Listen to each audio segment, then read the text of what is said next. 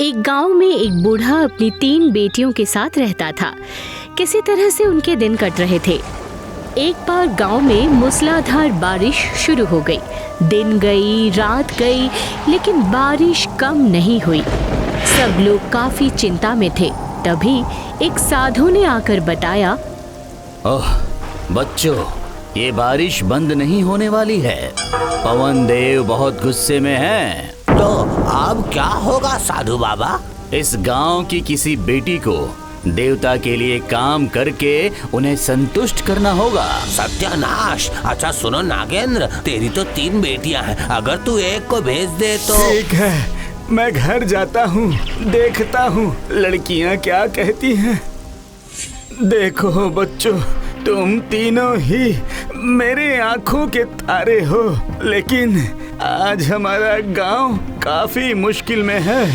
कह रहा था बेटी बेला, तू तो बड़ी है, पवन देव को संतुष्ट करके इस गांव का मान तुझे ही रखना पड़ेगा बेटा। ठीक है, पर मैं वहाँ जाऊँ कैसे? हाँ, वो रास्ता बड़ा ही कठिन है बेटा, पर तू डरना मत। तू अच्छे काम के लिए जा रही है, देखना स्वयं देवता तेरी सहायता करेंगे।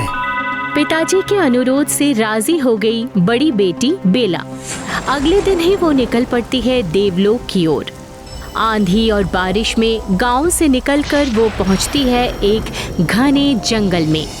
किसी तरह से उस शापित संकुल जंगल पार करके बेला पहुंच जाती है एक रेगिस्तान देश में।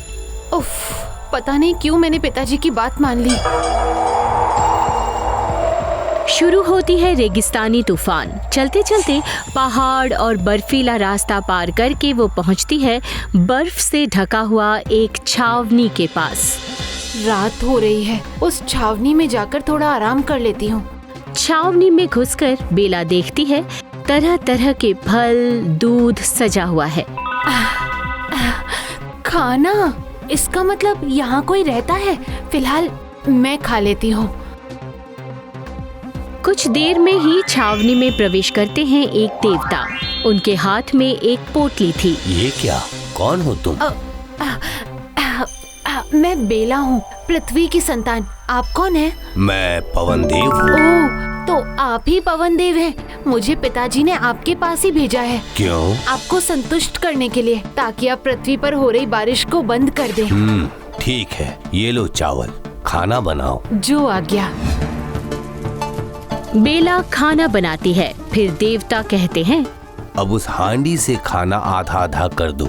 आधा हम लोग खाएंगे और बाकी आधा बारकोश में ले जाओ, पास की छावनी में। अंदर मत जाना, एक बूढ़ी बाहर आएगी, उन्हें खाना देकर इंतजार करना जब तक वो बारकोश वापस नहीं कर देती। जाओ। देवता के कहे अनुसार खाना लेकर निकल पड़ती है बेला। जा जा, होश, जा जा जा यहाँ से, फालतू में परेशान कर रहा है। धत, ऐसी बर्फीली बारिश में कौन ढूंढेगा उस बुढ़ी को।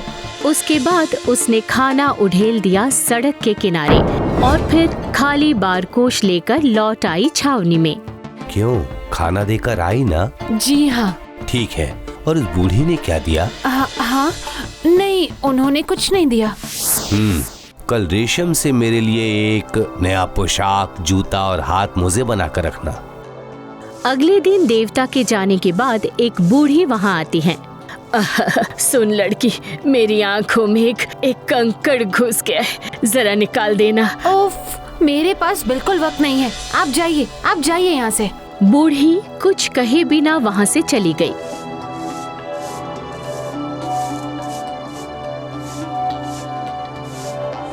बेला ने पोशाक बनाने का काम शुरू कर दिया। रेशम से बुनाई, सिलाई, सारे काम वो काफी जल्दीबाजी में कर रही थी।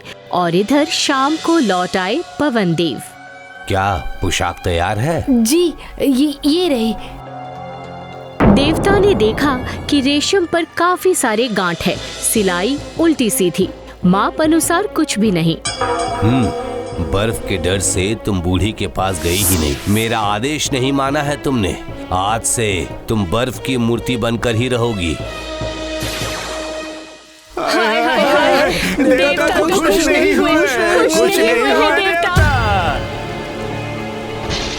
नागेंद्र, काम नहीं हुआ जी, काम नहीं हुआ। वही तो देख रहा हूँ।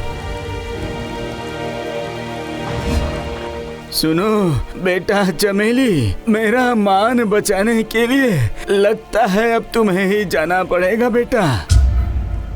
धत, बेला दीदी, अगर तूने कर दिया होता तो मुझे ये कष्ट नहीं सहना पड़ता ना। पिता के आदेश पर चमेली चली देवता के पास। उफ, पता नहीं कहाँ है वो पवन देवता का घर। ना जाने उनके लिए और कितनी मेहनत करनी पड़ेगी मुझे। धत। काफी सारे पहाड़ पर्वत पार करके वो पहुंच जाती है बर्फ से ढका हुआ उसी छावनी के पास। उफ, कितनी ठंड है, बाप रे, बाप रे बाप।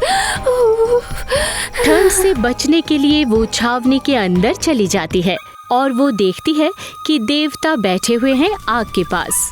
कौन हो तुम? मैं चमेली हूँ, आप कौन हैं? मैं पवनदेव हूँ। ओह, प्रणाम। देवता के आदेश पर वो भी खाना बनाती है और बारकोश में लेकर जाती है बूढ़ी के पास, लेकिन वो भी बेला जैसी ही गलती करती है।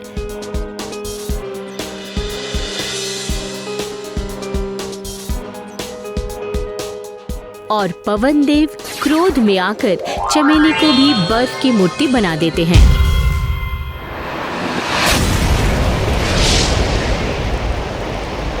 बचाओ! बचाओ! बेटा, शायद हमारे पास बचने का कोई उपाय नहीं है बेटा। पिताजी, मुझे एक मौका देकर देखिए पिताजी। तू कर पाएगी बेटा, तू कर पाएगी। हाँ पिताजी, मैं कर पाऊंगी, आप मुझे जाने दीजिए। खुश रहो बेटा, विजयी भव। पिता का आशीर्वाद लेकर निकल पड़ती है कावेरी। कितनी भी तकलीफ हो, गांव के लोगों को बचाना ही होगा मुझे। सारी तकलीफें सहने के बाद वो भी पहुंच जाती है बर्फ के देश में।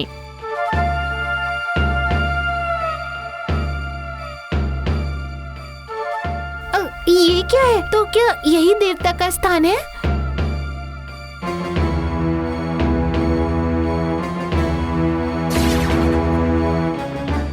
कौन हो तुम? कहाँ जा रही हो? मैं एक भिखारिनी हूँ। मैं पवनदेव के पास जा रही हूँ। मैं ही हूँ पवनदेव। क्या चाहती हो तुम? आपको संतुष्ट करके अपने गांव के लोगों को बारिश के श्राप से बचाना चाहती हूँ। नहीं होगा। इससे पहले भी पृथ्वी से 2 महिलाएं आई थीं, उनसे भी नहीं हुआ। मैंने उन्हें बर्फ की मूर्ति बना दी है, वो देखो। बर्फ की मूर्ति की ओर देखकर रो पड़ता है कावेरी का दिल। दीदी, मुझसे वादा कीजिए, अगर मैंने आपको संतुष्ट कर दिया तो आप इनकी जिंदगी लौटा देंगे। ठीक है, तो फिर तुम्हारी भी परीक्षा हो जाए। आओ मेरे साथ। खाना बनाने के बाद देवता के कहे अनुसार खाना लेकर निकल पड़ती है कावेरी। आहा, कितना सुंदर पक्षी है। बूढ़ी को खिलाकर मैं तुझे ले जाऊंगी। तू एक काम कर, तू मुझे उस बूढ़ी के पास लेकर चल। उस पक्षी को अनुसरण करके एक छावनी के पास जाते ही एक बूढ़ी बाहर आ जाती है।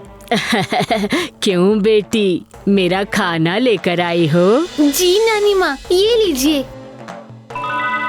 खाना लेकर बूढ़ी ने बारकोश वापस कर दी। उसमें चाकू, कंघी और काफी कुछ। अब देवता प्रसन्न हुए बारकोश देखकर।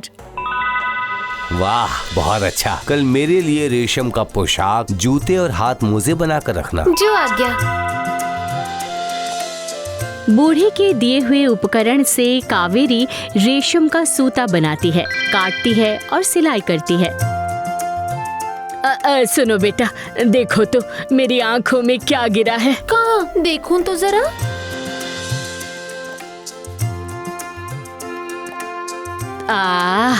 अब चैन आ गया।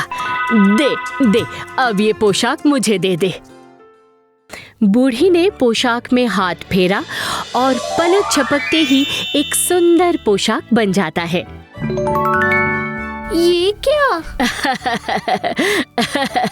मेरे बेटे से मत कहना कि मैं आई थी, ठीक है? अब मैं चलती हूँ।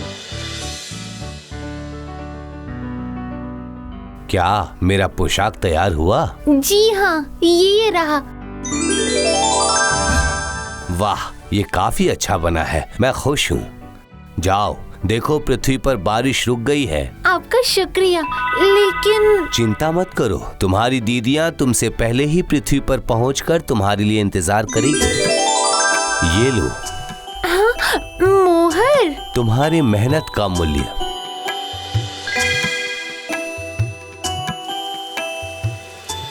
वो देखो, सूरज कर दिखाया, कावेरी ने कर दिखाया। पिताजी, दीदी, कावेरी बेटा, बहन।